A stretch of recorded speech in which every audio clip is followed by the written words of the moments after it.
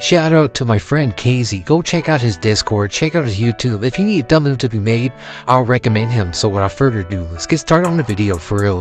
Just to clarify, I'm using a voiceover, not an actual AI voice. I'm kind of getting off track. Without further ado, guys, let's get started on the video. Hello, and welcome to a new video of the series, or should I say, my introduction. My name is Jay, and I'm gladly you click on this video, because this is the discussion I want to talk about. What if Goku and Raditz have friezas potential? Now, I don't really know much about what is. I really don't. All I know is they're fan fiction, and I really want to start this. In order for this what if to happen, I'm going to have to make some sort of sense. So we're going to start off at Planet Cereal, the Bardock versus Gas fight, pretty heated stuff. They're going back to back, blow for blow. While this is going on, Manito will still wish Bardock to go back, which Bardock will refuse, saying that Saiyans need to strive for their power and he wished for children to strive for his power. Well, his children? What am I yapping on about? I meant to say was, I wish my children had the greatest potential in the universe, he says. Shut me out with some pitchforks and knives talking about something. That can't happen. That's impossible. But then again, if a random ass mortal can wish to become the strongest with only a slight effect of him losing his lifespan, I'm pretty sure this could happen. Besides, I'm not going to say they have mutant genetics because that's for Broly, not for them. And besides, I want to read my story my own way, but I'm getting off track. Let's continue on with the story. If you telepathically speak to Bardock, Manito obeys Bardock's wish, and ends up wishing that his children have the greatest potential in the universe. After that little encounter, Bardock and Gas fight continues.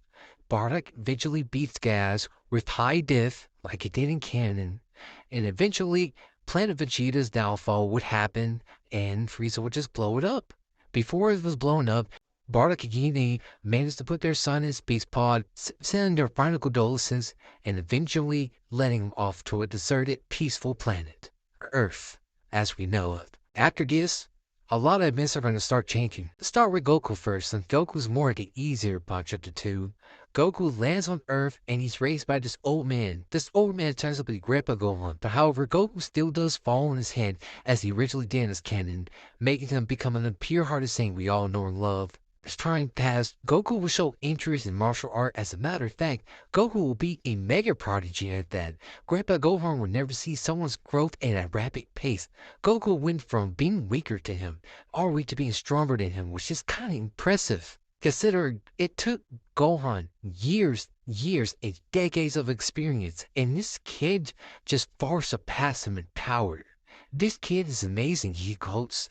At this time, Grandpa Gohan will be teaching Goku the concept key, such as sensing and is connected to your spiritual energy, stuff like that, perfect stuff like that. Eventually, Goku will one day be training, and eventually he will lift himself off the ground. He said, "Whoa, kid, he's amazing. He's adapting and growing rapidly," as he says to himself. He might need some more guidance, some more teachings for someone else, who he has in mind. We all love him, is Master Roshi. Grandpa Gohan and Goku began to travel to Master Roshi's island, eventually getting there. As arriving, Grandpa Gohan will greet his old master. It will begin catching up. While they're catching up, Roshi will mention about the child, as Grandpa Gohan would talk about him, saying that he's a mega prodigy and I think he's perfect condition for the Turtle Hermit School, as he says.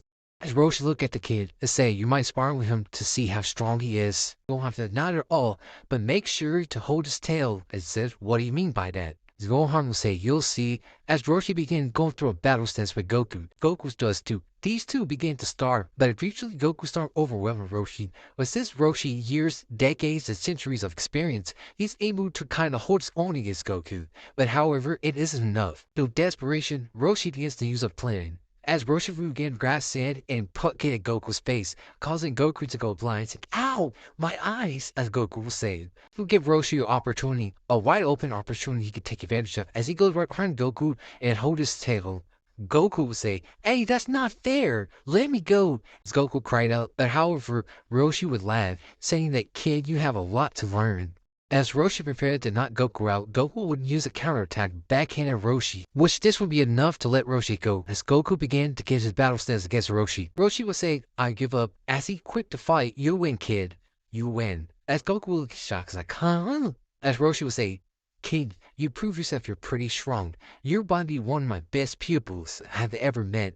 So Roshi would stick his hand up, saying, Goku, would you be an honorable turtle hermit? As Goku would say, yeah, sure, I would love that. Having a slight grin on his face. Guys, Gohan would feel nothing but be happy for the young boy. Eventually, night rolls around and Goku would be inside of Roshi's house wondering, what does the moon look like? As Goku's curiosity could come over, as Grandpa Gohan always says, do not look at the moon, Goku. Was to wonder why he doesn't look at the moon. As Goku looks up in the sky, his heart starts beating, his body starts to mutate, his eyes start to change. He's turning into a monkey, but not just any old monkey.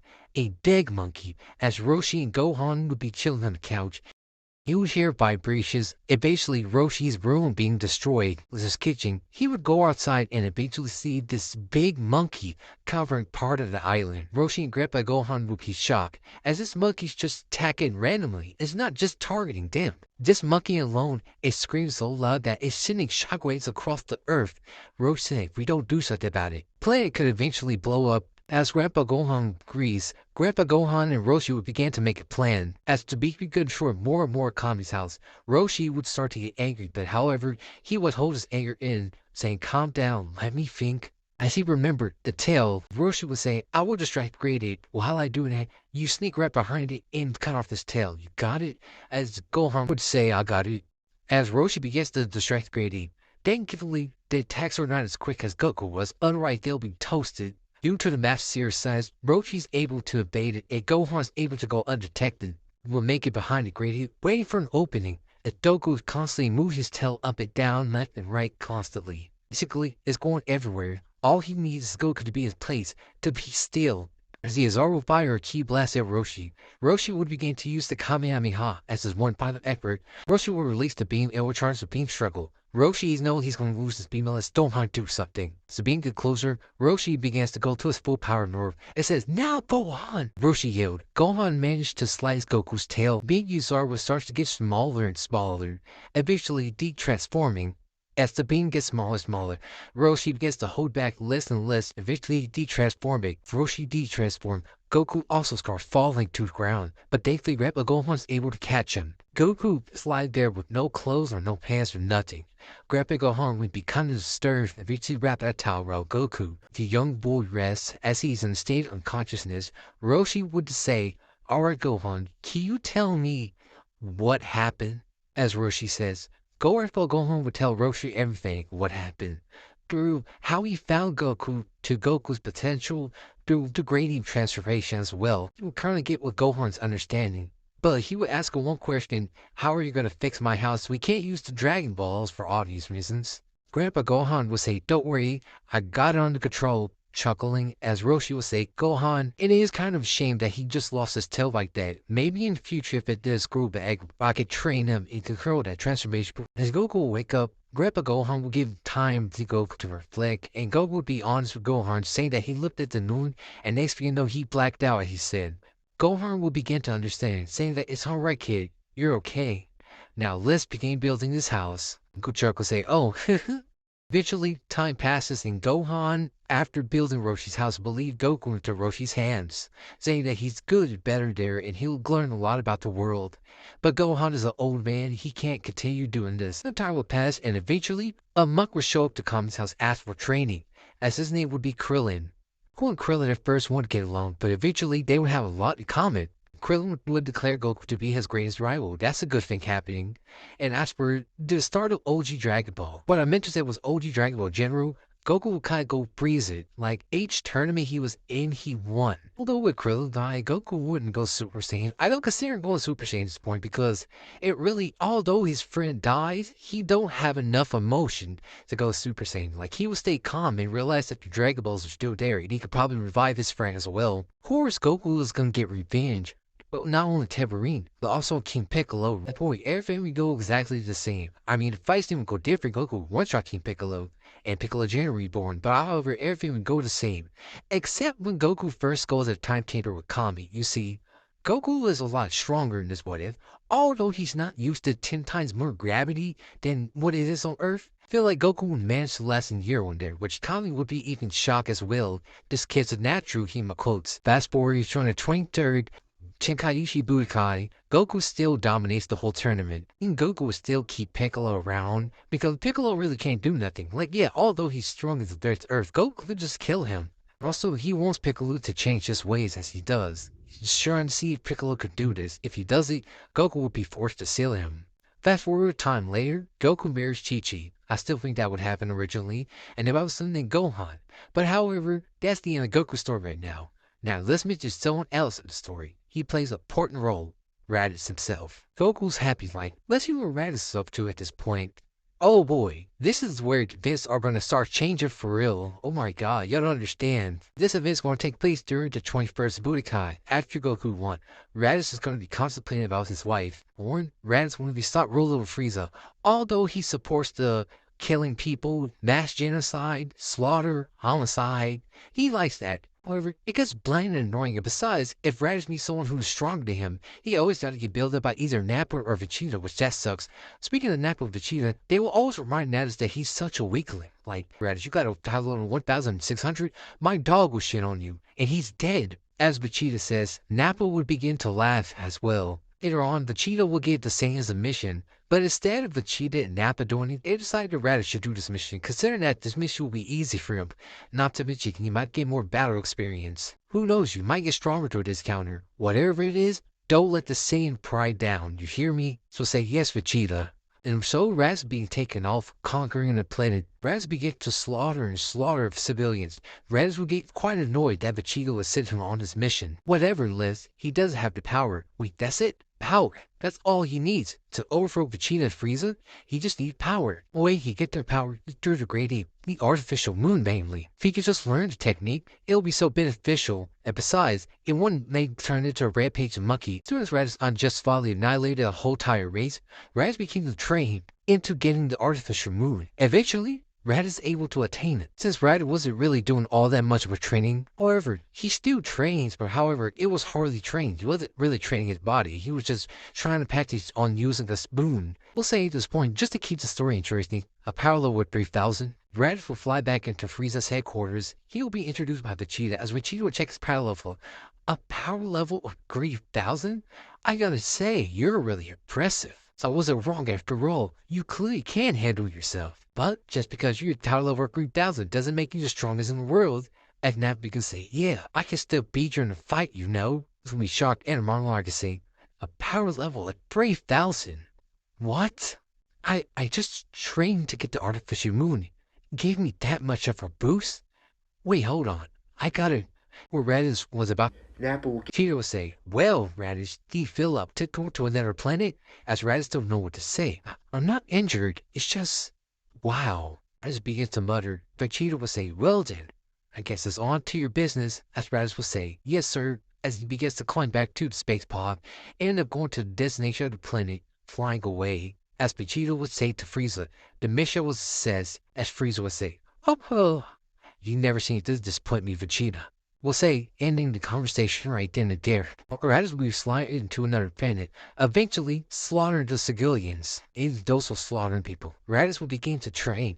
And I mean train. He wouldn't train that hard, but he would train. Eventually, Raditz's power level will increase by 3,000 to 21,000. It's kind of getting more fanficky, but just roll with it. And also, he's not really at Frieza's full potential, because if he was, at this point, Raditz would probably be in the millions, but thankfully, he's only in the thousands. Low ball did. Not to mention he's not using times 10 gravity, so that's also a plus side to it. I'm training with also a partner, and also training intensely, so I see that as being fair. So, after getting the training, he contacts Vegeta. It says, the planet has been evacuated. No survivors. June, what's a success? As Raditz would say. He will say, very good, Raditz. You're prone your build already.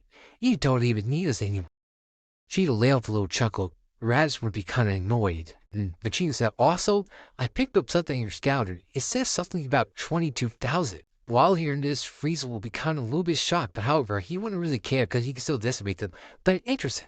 What was that strong that Raditz leaked, which Raditz quickly thought of a lie, as he told Vegeta, Well, teams were kinda strong, so eventually I had to go greedy just to defeat him, as the Whoop kids say. Would think, the monkey user a monkey transformation?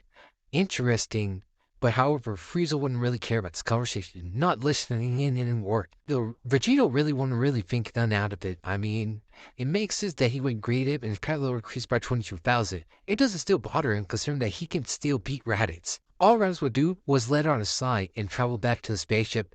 Some time will pass. Raditz, Nappa, and Vegeta will be on a mission. Mission will just be to scout the planets, not killing no one. This will be going on. Raditz will kind of have enough of Nappa's stuff, and eventually Raditz will challenge Nappa into a fight. As the big brute begins to say, "Bring it on, Raditz." As he closer to his fighting stance, Raditz would too. Cheetah will be looking interest. Great, two people are low power level. But however, this fight should be interesting as he feeds the food. Before they about to bite, Vegeta suggests that they should turn off their scouters. As Nappa will say, "What? What do you mean?" Vegeta will say, "Come on, Nappa, you already know his power level. You already knew your power level. It's only fair. Vision, this kind of tests your battle intelligence instead of relying on the scouter to see their next every move." As Nappa begins to say, "Alright, fine, Vegeta." Nappa would turn off his scouter. So would Raditz too. Okay, great, no one has their scouters on. Now I could go full power. Only if I wanted to, as Raditz began to chuckle. But as Nappa will say, "You're chuckling that you're going to lose," as he begins to say. But Raditz will say, "No, chuckling because you're about to get beat on the ground." As Nappa said, "I like your being cocky. But however, your cockiness will save you, Raditz." As Nappa will go in for the first blow, Raditz and Nappa will begin fighting. But at first, it seems like Nappa's winning. However, Raditz begins vigilantly passing Nappa in power as Nappa will begin getting shot, saying, "No way this low-class Saiyan has passed me about." Well, even if he does, he can't survive this mouth beam, but begins to charge up for a mouth beam. As Raz will say, "Whoa, Nappa is that strong?" I guess I should have took him a little bit more serious. As Nappa will fire the beam, Raz will be firing double Sunday. And eventually, at first, this class seemed like Nappa's winning. This class is pointless, as Nappa shooting the mouth beam. But then, Nappa gets overwhelmed as Raditz is amping up the blast. Eventually, the blast will overwhelm Nappa and eventually defeats him. As soon as Nappa gets hit by the beam, dust will be everywhere. But soon enough, as soon as the dust disappears, all we see is Nappa's unconscious body laying there. Vegeta will say, "Tuh, everybody could defeat Nappa." Vegeta begins to smirk at him. "You guess you're not bad after all. I mean, you did defeat a weak middle-class Saiyan. But we already know that I'm above that anyway," as will say. "Oh, I know that. That's why I want to challenge you, Vegeta." As Vegeta gets to laugh. "You're really serious, aren't you? I mean, if you want to end up like Nappa, you can, but I'll just say you're joking, please." As Raditz say, "No," as he begins to get to his fighting stance. Vegeta say, "Well, I thought Bardock would teach you a lesson. I guess I'm going to have to discipline you myself." As Vegeta begins to get in his stance, the two look at each other, staring down their size difference. As soon as that happened, Raditz will throw the first blow. And this is where I'm going to end off the story, guys. I just want to say, please like or share. I don't care if you subscribe or not. Just please like and share so this video will not only blow up, my channel can also be recommended to the For You page. Without further ado, I'm Jay with an E. Peace out.